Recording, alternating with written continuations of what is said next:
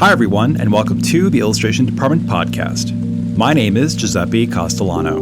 In this podcast, I talk to folks in illustration, graphic design, publishing, animation, and other creative fields about their work, the lessons they've learned, and the bumps and bruises they've experienced along the way. In this episode, my guest is Caldecott Honor-winning children's book illustrator and author, Brian Lees. After a brutal rejection, it can be pretty difficult to get back on your feet.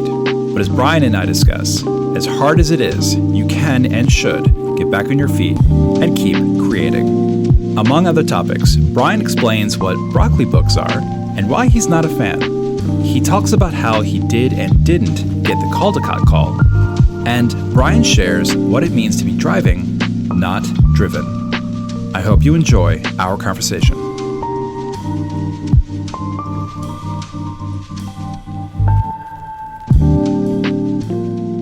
Nice to meet you, and thank you for the invitation. Of course.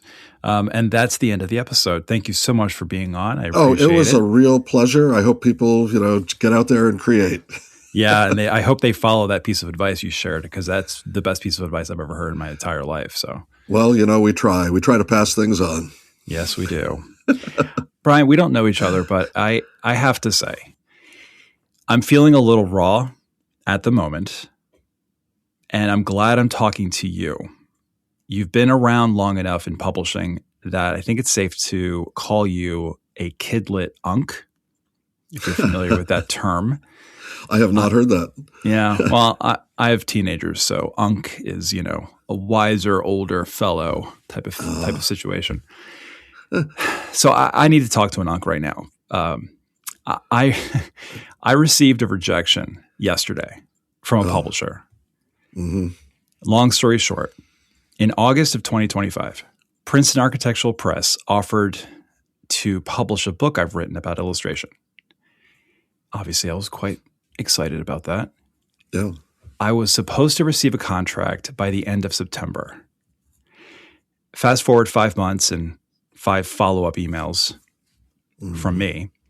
I get an email from the editor who said that my book did not, quote, pass the final review process. I feel better about it this morning. But last night, I was angry. To be honest, I thought, fuck it. Why bother? It's never going to happen for me. Mm-hmm. I should stop trying. Of course, that's not the right approach. You've been rejected. I'm going to go ahead and assume once or twice. Absolutely. How do you deal with it? I think the way you deal with it is the sort of the way you have been dealing with it. When it first happens, it's incredibly painful because you've poured your heart and soul into a project. You believe in it. You think that it has merit and that other people are going to find good things in it. Mm-hmm. We know that it's the project being rejected, but it feels like we are rejected. Yeah. So at first you live with the hurt for a while. Mm-hmm. And then I think the next thing is at some point or other you make a plan. And that plan is either okay, based on everything that I've heard, discussions with people about this project. Maybe this isn't the thing for me to be doing now. Or more hopefully, you're thinking, okay, well, this one place said no, and then what's the next place? Because I still believe in this project. I will say that, as you pointed out, I definitely have had rejections. My book, The Rough Patch, got rejected, I believe, 7 times before it finally found an absolutely beautiful home with Virginia Duncan at Green Willow Books. Right. And it was it won an award of some kind. It little did. Later. It got as they say in Massachusetts, a shiny little sticker. A shiny sticker. And so the thing is, a lot of times, I think it's really hard for people who have not had experiences with rejection to realize that it is not the end of things. No, it's not. It does mean that the search road is longer. Yeah. But ultimately, I'm really glad that The Rough Patch landed where it did, because it became a better book with an editor who really wanted to champion it. And people's reasons for rejection are so fickle. I mean, sometimes it's because, in the fiction, nonfiction world, it's something that's a little too close to something they've published before, Right. or they believe that it's too close to something they've seen before. Mm-hmm. It may not necessarily mean that it's not good. Right. And so, I think you have to listen to the rejection and see what was in it that you can use. Right. I've had rejections that seemed kind of silly because somebody said, I don't like the title. Well, anybody who's been in publishing a long time knows that, title is incredibly in flux when you're Right. working on a book. Right. And so that can't have been the real reason, or was it? You'll never know. And I think the most important thing is that if you believed in the story before the rejection or the project, Mm-hmm. you need to continue believing it, and just keep going. Find what I'll call a publisher that is more worthy of it. Well said. The reasoning for the rejection in my case was that someone, not the editor, but she said someone in the approval process machine didn't think that there would be a market for it, which I find interesting since I'm bringing the market to them. Exactly. And not to put too fine a point on it, but I have tens of thousands of newsletter subscribers, podcast listeners, which I laid out to them. Mm-hmm. I mean, I have bigger social media followings than they do. Well, and to say that there isn't a market for that, tell that to the publishers of the How to Do Something for Dummies series. Sure. That people are desperate for information, and I would say especially in the children's market. Especially when you're entering into it, it seems so mysterious, and you don't know the ins and outs and how it works, and everybody's afraid that your story is going to be stolen by a publishing company and published without you involved in. So it's really vital that people understand how it works. Right. And whether people are ultimately going to be successful in publishing in the children's market or the illustration market in general, you need to know how this works. Yeah. You illustrated your first book, Flatfoot Fox and the Case of the Missing Eye, in 1989. Yeah, Prior a long to time that, ago. Yeah, I was a kid. Sorry. Yeah. Prior to that, you worked as an editorial illustrator, working with numerous various periodicals. With respect to your children's book career, what would you say is the biggest lesson you've learned getting to where you are now? Oh boy, that's many years of thinking. I think biggest lesson has really been trying to decide what I wanted to do. There were some books that I did earlier on in my career that were kind of my training wheels. They were books, sometimes books that I illustrated that I didn't write, that I accepted because my dance card was empty. And I wanted to be a children's book author, illustrator, and somebody had offered me something to illustrate. Right. Some of the books, some of the ones I've done, I've really loved. And some of them are ones that I just said yes to because it was publication. I think in retrospect, I think it's important to be selective about things and to hone in. I think people are very, very worried about style of illustration and how will I develop my own style. Yeah, we're going to talk about that later. Yeah, okay. And I think really in some ways you need to kind of find your own real signpost of this is the kind of work that I really, really want to do. And these are some of the steps that I'm going to take to get myself to that place. Yeah. And that's not easy. I think that especially when, some of these jobs you're offered that may be kind of tangential to what you really want to do are offering money, we tend to go for the pay because we think, wow, this is really great. I'm a professional. Yeah. I think that it is probably also important to do some of those jobs to realize, to help you hone what you don't want to be doing. in the future. I can't think of an illustrator I've had on the podcast or someone I've researched and written a bio about who didn't start basically that way. Mm-hmm. Pretty sure across the board, everyone has the same kind of like, well, this first couple were, cutting my teeth, whatever, getting to a better place. Mm-hmm.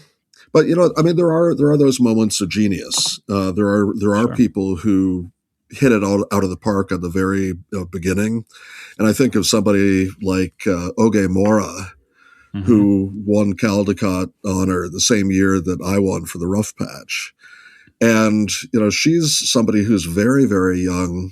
She was essentially straight out of Rhode Island School of Design. Mm-hmm. I've heard of that place. Yeah. And her book, Thank You, Omu, is just completely ready to go. And it feels as though she's had a long, long career just from that one book in developing that style.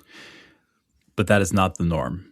That is not the norm. And I think it's really important for people who are trying to get into illustration to, realize that there is no one right path. I mean, pretty much everybody I know in illustration has come to it through different doors or windows. Definitely. Yeah. Some have had to climb up the outside of the building and chainsaw a hole through the roof to get here. But, right. I think that you have to find your own path with it. Yeah. Do things that make you feel comfortable. Yep. Because I know a lot of people are not comfortable with promotions. That's a little hard because you definitely do need to let people see your work, and show your very best stuff. If I were to answer that question, Mm-hmm. I think this is my answer. I have to think about it a little longer, but I'm just going to throw it in there. In an industry that's built on subjectivity and wild guesses, Mm-hmm.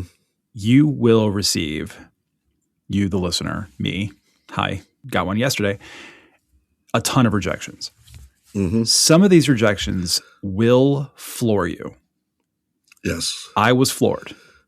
I'm no longer feeling floored, but I was fucking floored, pardon my language. Mm-hmm. You'll feel angry, whatever. You'll feel lost. Your heart will break. You'll want to quit. Yes, it's normal in this industry. Yes, it will test your resolve like very few things in life can. Absolutely. No, it's not the end. Mm-hmm. I think that might be the biggest lesson I've picked up. Yeah, absolutely. In this industry. Yeah. I think it's you have to learn in some ways what to listen to in a rejection and what to throw away.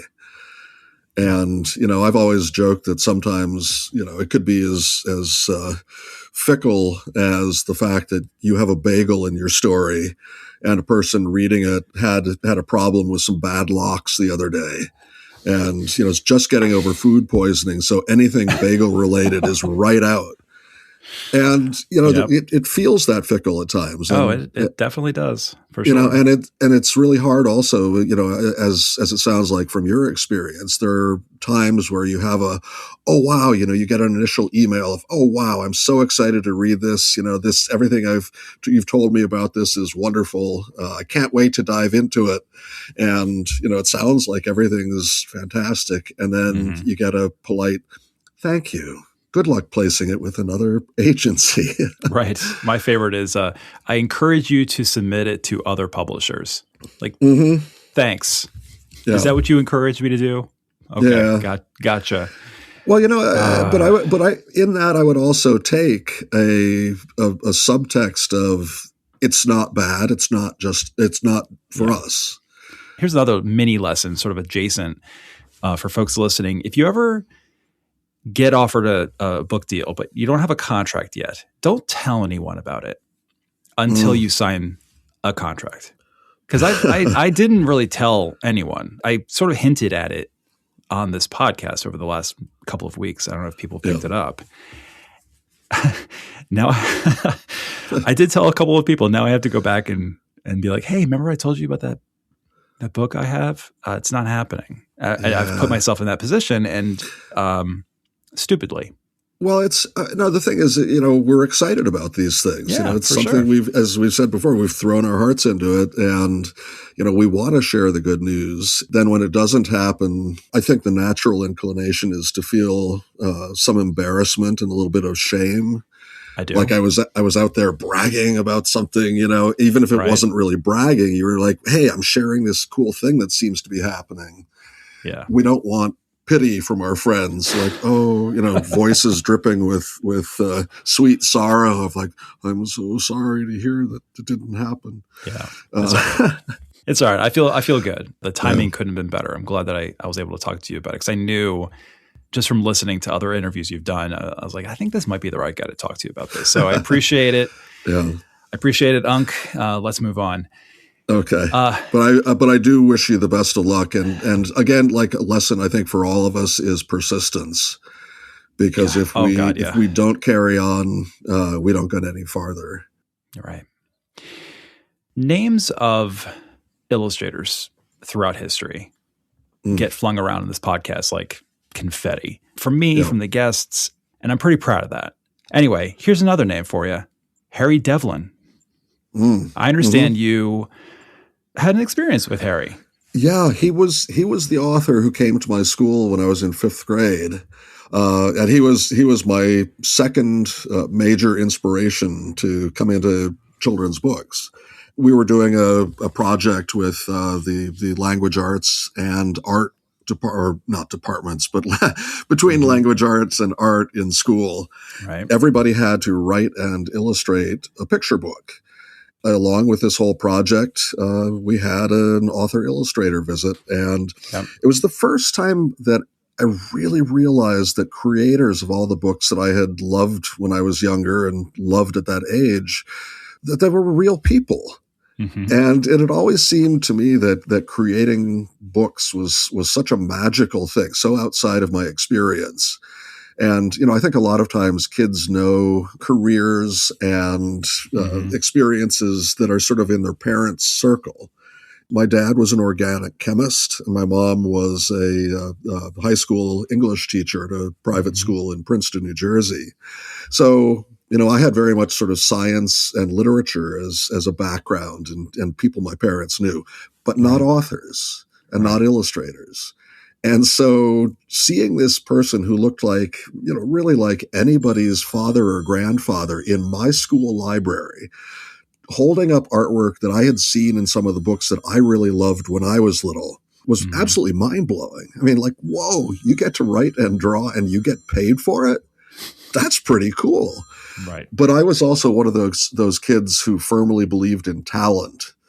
And one of the things that I absolutely love about education these days, and there's not a huge list of those, but one of the things I think is so incredible is growth mindset concepts, because they really are helping kids to kind of break out of some of the staid mindsets, that maybe I could do this someday, or realizing that it's kind of about building the brain you want to have later, by doing things that you can't do. Yeah. I was one of those kids who was like, oh, I would love to be an author and illustrator. And almost immediately following that was, yeah, but I suck at art. I was not one of those kids who's an obvious, margin doodler, of brilliance or anything like that. But I didn't really understand artistic growth and how incredibly you can change and grow through practice over time. Yeah. Yeah. So it was a magical experience, but it was one that was sort of the dangling fruit that I always felt was way out of my wheelhouse. I'm mixing metaphors there. I'm following you every word. Yeah, that phone call, by the way, that was your editor who wanted to let you know that the book you submitted was good, but they're going to go ahead and pass, and they encourage you to submit it to other publishers. So just letting you know. Thank you so much. You're welcome. Okay. Devlin has this quote. He says, as a young artist, I was much more interested in style. As you grow older, you're much more interested in what you're saying, and how you're saying it becomes less interesting. I couldn't agree more. Yeah, I think that's true, but I think that hidden in that message is the fact that as you get older, style becomes more unintentional.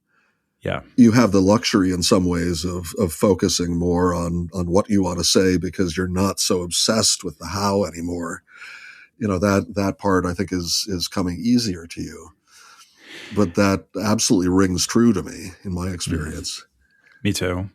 The older I get, the less I care about the end result of my drawings and paintings. I enjoy the fact that I am drawing and painting. It's the time I spend drawing and painting that is a win to me, and not the end result. Absolutely. And everybody will tell you that it's really, really important when you're doing a creative work of any kind that the enjoyment of doing it is supposed to be foremost, that is really where the good stuff is. Yeah. But you tell that to somebody who's working to get established and they'll say, I know. No, publication, getting it out there or getting into a gallery. That is where the good stuff is. And they're not wrong.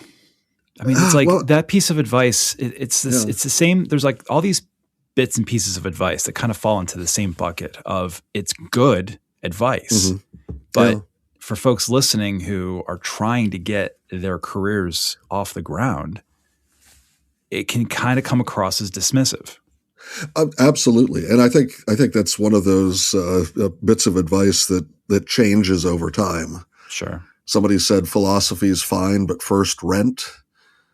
And, I think that's a very true thing. And especially, when you are struggling to find, what shape you are in the whole puzzle, where you fit in, it's different things that you're focused on.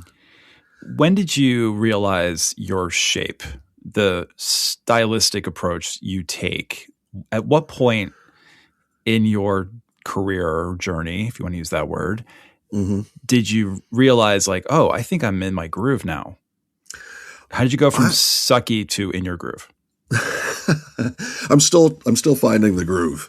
Yeah, I was going to say, I thought you were going to say I'm still sucky, and then I would have obviously fought you on that. Oh, well, no, I mean, there are times when I'm sucky. I think there are times when everybody is sucky. All right, there's the title of the episode. There you go. There are times when I'm sucky. Go ahead. I think it's really important. Like I do a lot of school visits around the country, and I make a point of telling kids that, even once you're a professional, you still create bad words and bad art. Yeah, and sure. What's unfair is that once a book is published, you only see the stuff that we got right. You don't see all of the sucky drawings that we've done or the really, really awful writing. So I guess, for me, I think the moment really sort of happened around 2004, 2005, when I started doing my bat books. And Bats at the Beach was kind of a departure for me. It was a book that I had written and illustrated, and it was one where I just kind of tried to throw my warped sense of humor into the writing and the illustrations. Yeah. That was the 18th book, I think, that I had been involved in, either as an author or as an author illustrator. And it really was the first one that anybody ever had noticed in a big sort of a way. That was a real reinforcement of, okay, so what I really want to do actually worked. Let's run with that some more. Yeah. So, my training wheels were long in years and large in number in terms of books. I'm happy to hear that. And I hope folks paid attention to that. And if not, rewind 15 seconds and listen to that again. Yeah. Because that is usually how it works. Like like you said earlier, every illustrator has a different path to whatever it is that they're trying to get to. I mentor a lot of illustrators day in and day out, and I find the prevailing belief is that you have to find the groove. You have to stop sucking first. Then you go out with your work to art directors, to agents, to publishers. I think like everything, it's a question of degrees, because obviously you have to not suck enough that things that get published, people are going to look at and say, I like this. Right. But I think our own internal editor's vision of what is sucky and what isn't can be very different from kind of the popular view. So, you have to get to that point eventually where you say, okay, this doesn't suck anymore. But that, that can be very, very different from how people are reacting to your stuff. Oh, I really, really like this. Oh, thanks. But, this kind of sucks. I think is kind of a natural way that a lot of us look at it ourselves. I mean, it's important to be self-critical at times, and it's important to be kind at times. Oh God, yeah. For sure. So for me, there are times where my wife will say, "Come on, ease up on yourself." But that's the phase. Like, it's normally when I'm doing finishing up a book or working on the final illustrations, I'm vicious towards myself because I have to be. That once you send something out into the world, you can't edit it. We can't. By the 5th edition of a book, we're going to do a different jacket illustration, or I can go back and I can redo this one. That's not how it works. No. But I'm very, very kind and gentle to myself when I'm at the ideation phase of things, when I'm trying to figure out what a book might look like, what the characters might look like, because you are going to freeze yourself up if you're too critical at that point. You've got to try to maintain the playfulness as long as possible at that stage and go, okay, well, that's not bad, but let's try this character as an alligator. All right, well, I like that, but let's see what happens, if it's an emu. I guess that playfulness and that kindness to yourself has to be there, because I think every kid knows the pain that comes when you're working on a drawing in school and the kid next to you looks over and goes, "That drawing sucks." And because the thing for that kid who's just done the drawing, it does suck at that point, Right. So we got to be nice to ourselves. Also got to be tough on ourselves. But the wisdom is knowing when to do which. Too true. Illustrators, I find, tend to be very quick to self-reject and not allow themselves or the work to develop. They sort of cut bait before giving a fish time to get on the hook. I don't know if that metaphor works, but you know what I'm saying. Oh, absolutely. Yeah. Let it nibble long enough that you can set the hook with a tug. Right. And I think that's absolutely true. And I think that's probably because our aspirations are so high. Very true. We look at people that we, consider pinnacles of illustration. And, it's obviously, in America, a lot of times it's N.C. Wyeth. There are amazing people like Helen Oxenbury, who I think is incredible, British Going illustrator. on a bear hunt. Sure. Yep. And her husband, John Burningham, equally great. Oh, yeah, him too. Yeah. But we look at these people on pedestals, on our pedestals, and we want to be that. I think it's probably true for everybody that somebody else's drawing always looks more magical than ours, because we know what went into it. You're right. You're not wrong. If that's true, then it's important for folks to remember that if that is true, then it is also true that other people are looking at your work and saying that your work is more magical than theirs. Exactly. And I think it's hard for a lot of people to come to that point of simply saying thank you when there's a compliment. Oh, I think a lot of people that I know, you say something, oh, wow, you really did that one on that page. The light's incredible. It was close to what I wanted, but it really didn't, and they won't simply say, cool. I'm glad you think that. Yeah. And I think that's kind of baked into the profession. This podcast is produced by the Illustration Department, a global leader in online education for illustrators. Visit illustrationdept.com for offerings like mentorships and portfolio reviews, testimonials, our alumni showcase, our best-selling Substack, and more. That's illustrationdept.com. And now, back to our conversation. Speaking of rejection, I want my daughter to apply to Brown University. Speaking of the Randolph School of Design, I like to consider myself to be a Brown student because I went to RISD and I took classes at Brown. So I'm going to go ahead and hold that tightly to my chest. Like I went to Brown. It's a very soft truth, but it's still a truth. she's top of her class. Like her GPA is like 17,000 or something. It's crazy. And or whatever. She's done a little extra work. Oh my God. But of course she thinks she's going to be an automatic rejection. I'm not pressing the issue. I am saying though, at some point in the next couple of years, next year or so, we're going to go see my alma mater. We'll go see RISD, and we'll just kind of like meander over to Brown and just see what's up. And she's going to be like, oh God, this is so embarrassing, whatever. But I think it's going to be fine. You went to Brown. You studied psychology in British and American literature, but that didn't stick. Yeah. So what led you to then going to the School of the Museum of Fine Arts in Boston, which I think is called Boston Museum School? Is that what it's called? Exactly. It's got about 5 different names, I think. Yeah. SMFA look, and so. School of the Museum of Fine Arts. You can fill an entire hoodie with that, can't you? Seriously.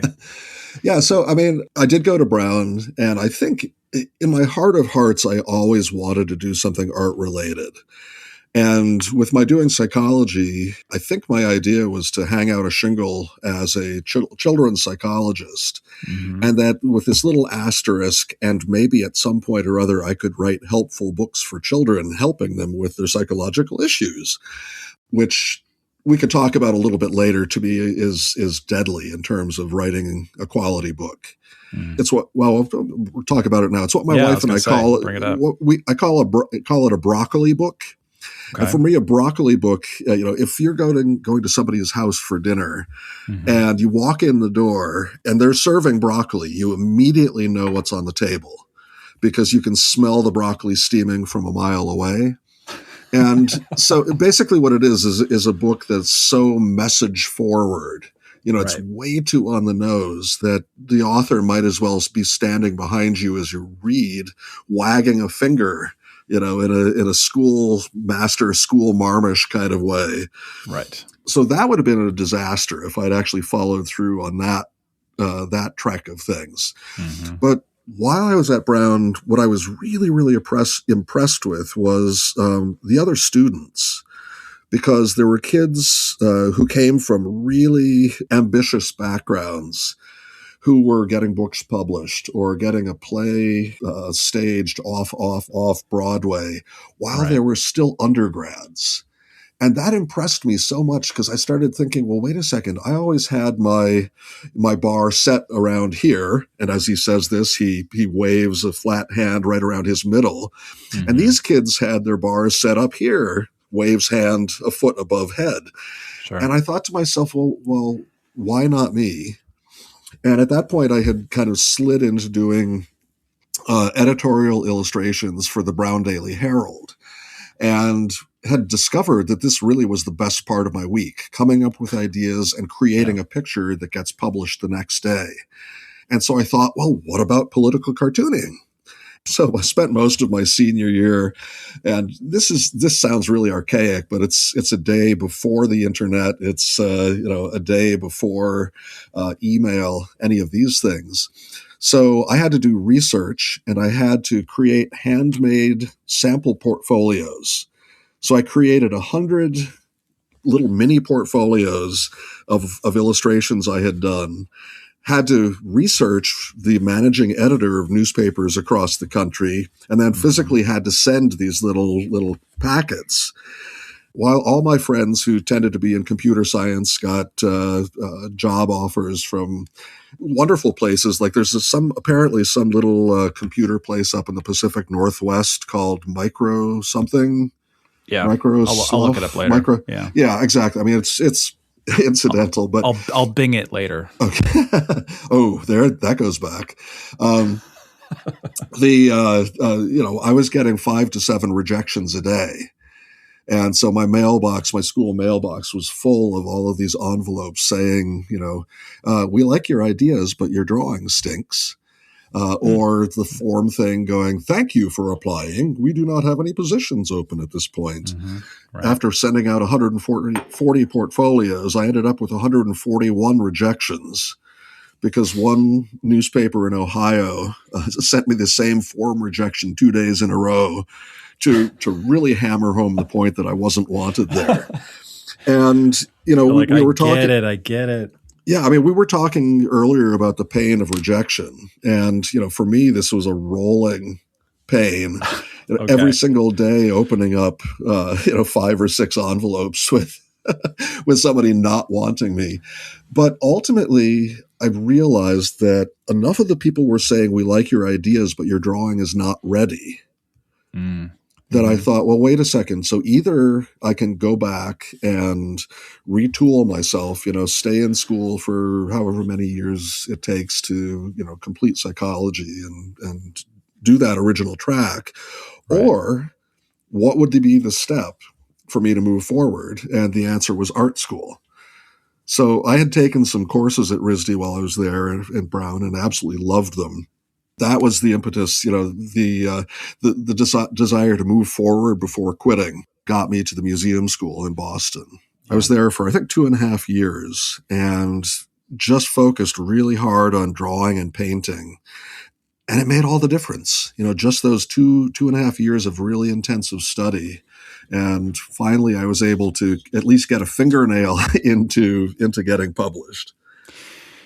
About 20 years later, you do win a Caldecott Honor for the Rough Patch. Yeah. For folks who aren't familiar, it is a heartbreaking and then heart-mending story about loss, grief, anger, also the discovery of love, of self, and hope. Mm-hmm. Not to fanboy on you a little bit, but it's absolutely in my top 10 favorite children's books of all time. There's not a question. Brian, 2 things. Yeah. First, I called it. I couldn't find the tweet. But when this book came out in 2018, so I guess, right, a year before the Caldecott. That's right. Yeah. I tweeted out that it was going to win. And I was right. That's a fact. I wish I could find the tweet so I could prove it, have the receipts and all, but people just kind of take my word for it. Second, I personally connect with Evan, who's a fox, for folks who aren't familiar, so hard. When I read the book, my response to Evan was basically, dude, same. I suffered a loss that led me to severe grief and rage and hopelessness. I saw Evan's anger and his disregard for the garden as literally a direct reflection of how I felt about my life.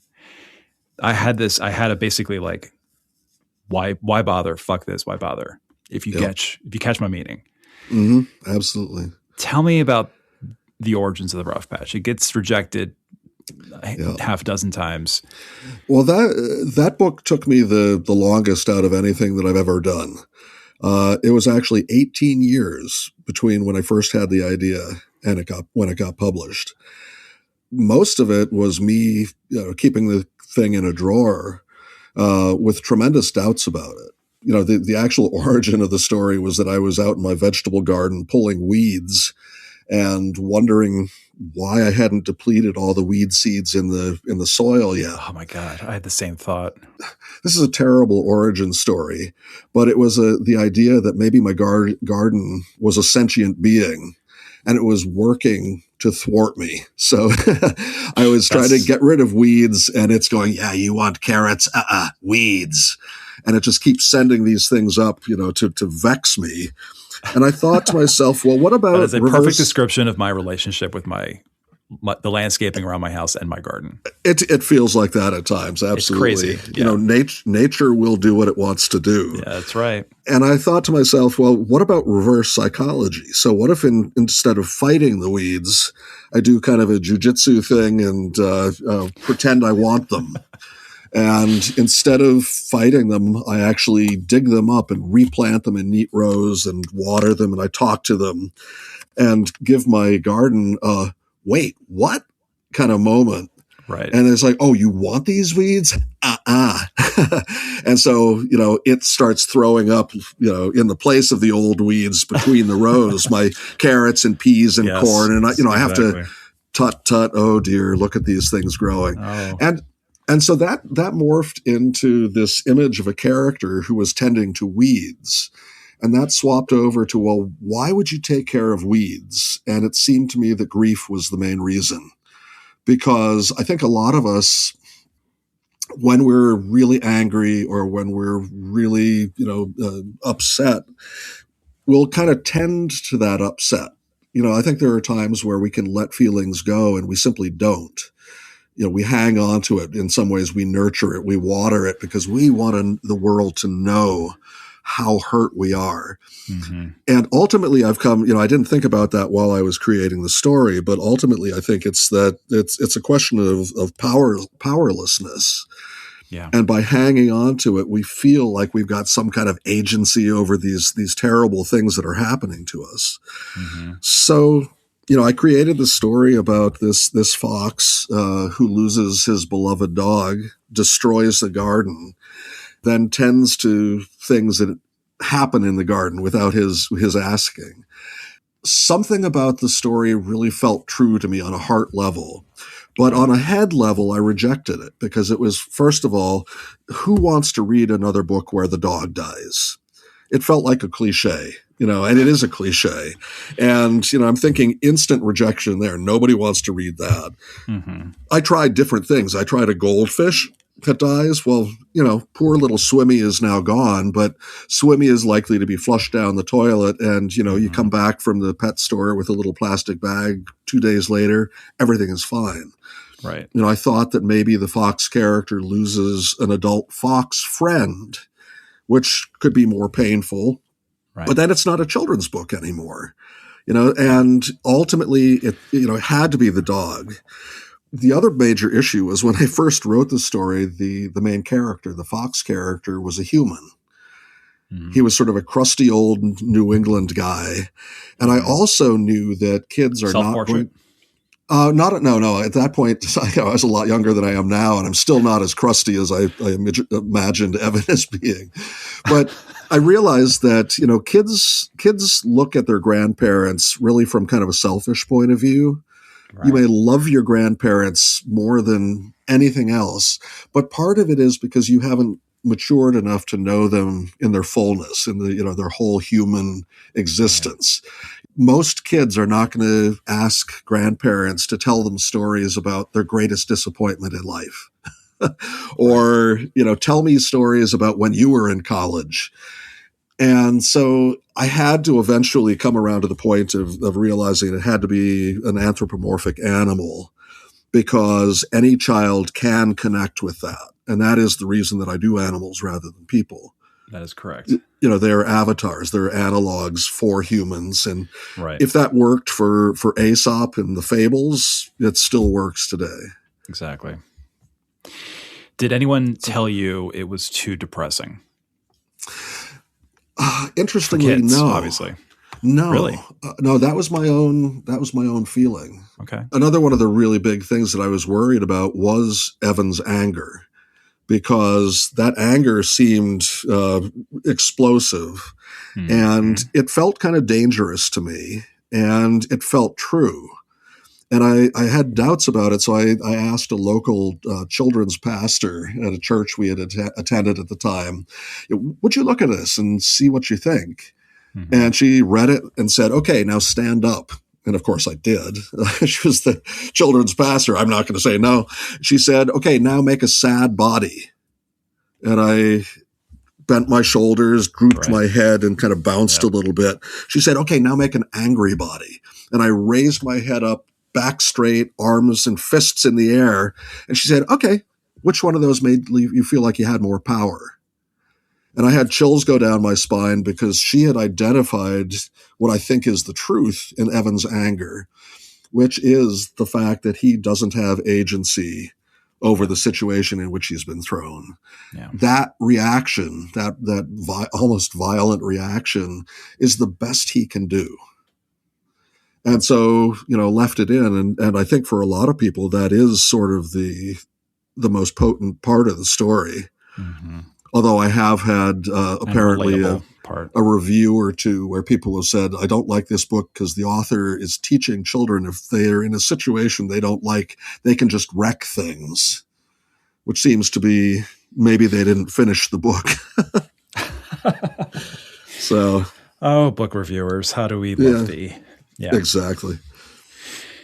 Anyone who's listening, who's experienced any form of depression or loss, I mean, you just get this book and you're just going to see somebody who's, I don't know, a validation. I don't know if it's validating to see something like that, but it's the cliche of the mirror, books as being doors and mirrors. And I think that adults a lot of need mirrors times too. Adults need mirrors too. I mean, one of the shocking things is how many adults I hear from who have read the Rough Patch with some kind of traumatic loss in their lives and have found connection or meaning with it. Yeah. That's one of the things that books do so magically. They find people who relate to them or they see themselves in. Right. And if we're lucky enough to get those stories out there, it will find its audience. Yeah, I assume you got the Caldecott call. Where were you when you got the call? Well, my call story is kind of funny because I missed the call. I found out about pretty much all call stories on this podcast from Caldecott winners are all not what you expect. Yeah, I mean, I think sort of like everybody's path in life, it's different. So, I mean, my wife and I had heard, the legend of not sleeping through the night. That at some point your sleep is interrupted by the phone ringing and a group of triumphant and perhaps faintly inebriated librarians is cheering and saying, your book is going to get the Caldecott. Right. And my wife and I slept through the night and no call came. So we got up. We were both more upset than we let on. I'm a firm believer in not building up hopes because hopes can kill you, when things don't come through. Yeah. And I'm feeling you there right now. But and absolutely, that you're in that raw stage still, where it's just happened. So the wound is open and bleeding.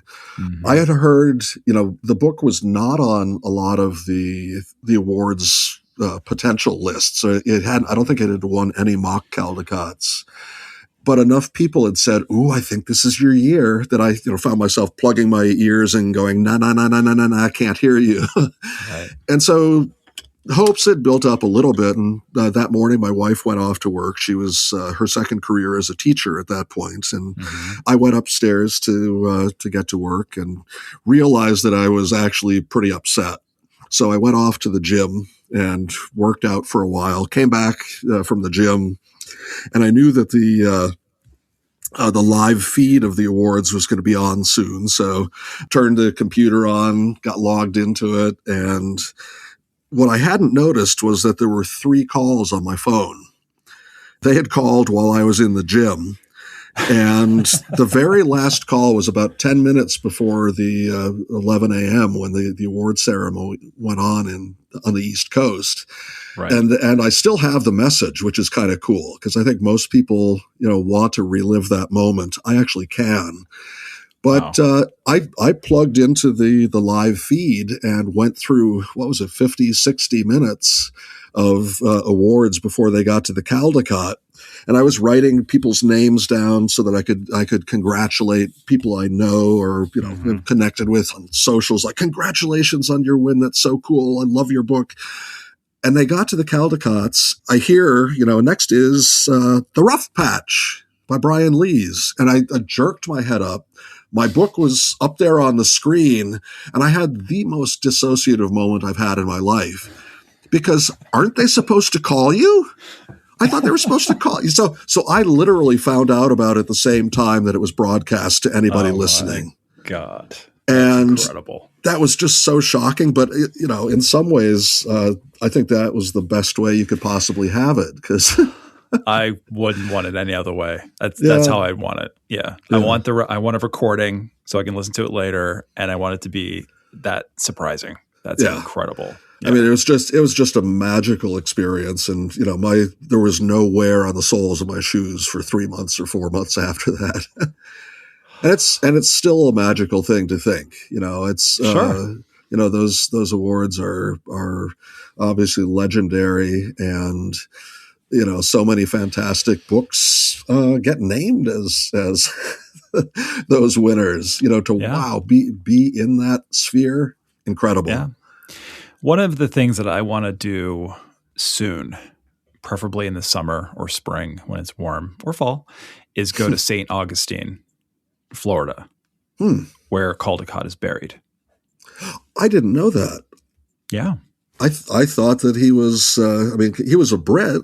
Yeah, he was a Brit. So I thought he lived and died in Britain. I'm making notes. He was ill. And, the thing like, oh, you should go to a warmer climate. That'll make you feel better. Sure. So he went down to Florida, and he had planned to travel the United States and write and draw about it. Yeah. His illness took a turn, and he died. Wow. And was buried in St. Augustine, Florida. Oh. Yeah. Yeah, that definitely is then a pilgrimage place for any serious American children's book author, illustrator. Pour one out for Caldecott there. Yep. Yeah, that's incredible. I mean, I've asked so many different people, Betsy Lewin, Rudy Gutierrez, and everyone has it's not just like, oh, I was sitting by the phone, I got a call, and it was great. Mm-hmm. It's always like, oh, Javatka Steptoe was in the shower, and he answered the phone right out of the shower, so you can imagine what that looks like. Yep. Betsy Lewin thought it was a prank and hung up on them. Anyway, so it's just funny how it's never really like exactly the way you'd imagine for folks. Well, I have a funny Calda not story for you. Oh, shoot. Which is, as I said before, Bats at the Beach was the first book I did that got any real attention. Became a New York Times bestseller, and at one point was number 2 on Amazon.com, which was pretty cool. Okay. And I'd had friends. I was early in my career, so I had friends whispering, "Ooh, this is your year for Caldecott. Ooh, this is it." And I was thinking, "Oh, wouldn't that be wonderful?" And the morning of the announcements, our phone rang before 7 a.m. And hair went up on the back of my neck, and I answered the phone, and a person says, "Hello, is this Brian Lees?" Yes, my voice is beginning to tremble. Well, I'm a librarian. My voice, You're kidding me. Panicking at this point. At a school you're visiting next week, and I had a couple of questions about your presentations. And so, this amazing future opened up and then just imploded upon itself. And, I answered the questions as politely as I could and hung up the phone and just, was devastated. God, you can't see me, but I'm contorted into like a pretzel right now. I'm cringing so hard. I might break a bone. Oh God, that's awful. Yeah. So, but as my grandmother said about tough experiences, just think of what a great story it'll make. I mean, that's an incredible piece of advice right there. Yeah. And that's the thing too. Like one of the things that when I was coming out of my, delirium, my rage-induced delirium yesterday, the very first healthy thought I had was, I cannot wait to tell this story. Mm-hmm. And I'm not thankful that it happened, but I'm going to use it as a further expansion of my perspective of life, of teaching art, of publishing, of everything. Yeah. Well, and I think you have to do it. Yeah, I mean, the alternative is to quit. And at that point, I think you're always going to end up regretting quitting later on. So, yeah. Thankfully, I was raised by Italian immigrants, and in Italian culture, we have an overabundance of spite. Mm-hmm. And I will not quit because I want to prove everyone wrong. Yep. I want to do everything that I want to do for me and for my family, but then I also want to use that and not to literally throw it in people's faces, but to, at the very least, feel content that it happened in spite of people saying it wouldn't. Yeah, it's pulling the slingshot back. It's the impetus to pull the slingshot back to project yourself forward. Yeah. Oh right. Yeah. Okay. I thought you meant Oh, not to aim it. Yeah, I was going to say David and Goliath action there. No, not that. But it's for your own trajectory. Sometimes you have to pull way back to get that a little further back. Exactly. Sends you forward. Right. Every rejection is another foot back on the slingshot. Yep. Okay. Visualizing that now. So as someone whose last name is spelled Lies, Oh, yeah. what are some truths about life, about art, about anything that you've picked up over the years? I'll give you a few examples to sort of help you wrap your head around this one. Okay. Consistency trumps constancy. And yes, that's a word. I looked it up. Be consistent, not constant. Routine over grind. Routine, healthy, and allows you to persevere. Grind will wear you out. Lastly, I don't know, if you have bats in the attic, don't get them out yourself. Hire a professional. So those are my, some life advice, some art advice. So what do you got? You don't have to do 3, just 1. Boy. Keep in mind, we have illustrators and writers listening. I guess, for me, I just jotted down two thoughts. Okay. One is be driving, not driven. There's a huge difference. I think, when we're working on deadlines, a lot of times we feel like we're under the gun. And unfortunately, that's sort of a negative way of looking at it. And if you can turn that around so you're like, oh, I am cranking on this thing. I want to get this done. I'm going to make this the best thing I've ever done. I think that's a much healthier mindset. So like a year and a half ago when I was working on the final illustrations for my book Catnap, I actually worked 7 days a week from about 5 o'clock in the morning till dinner time for 9 months straight. The thing that was such a joy about that was that I had created 3-dimensional plans for illustrations that I was really looking forward to. So every single day, though I was working, 12-hour days, it was enjoyable. And, okay, here I am plowing into another day. Makes such a difference from when you get up and go, oh, here we go again. So if you can sort of reframe your thinking to drive, not be driven, that's good.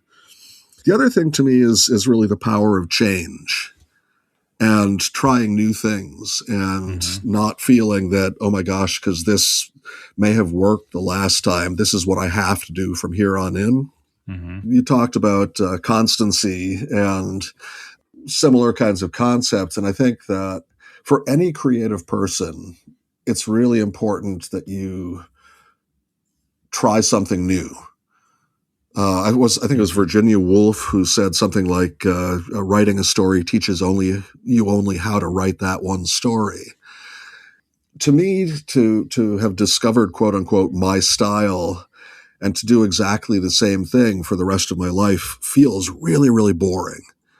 And so, I do like trying to set new situations and new tasks for myself because it always stays exciting that way. It always has that kind of beginner's mind, that fresh eye that I think we all had, I'm speaking for older people here, that, at the beginning of our career. And then some of that freshness fades off. Yeah. But if you can say, okay, well, I'm just going to do something different this time.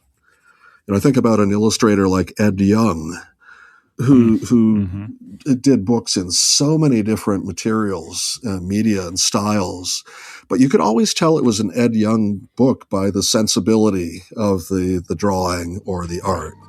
To me, that's so cool because you are yourself, but you're speaking out with different words every time.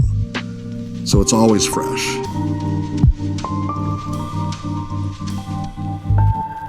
To learn more about Brian, visit brianlees.com.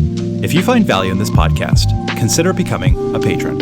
In return, you can access bonus episodes, receive invitations to our Art Directors After Hours series, and get a 10% off discount code for all ID offerings. Become a patron by visiting patreon.com/illustrationdept. Thank you so much for listening. Until next time.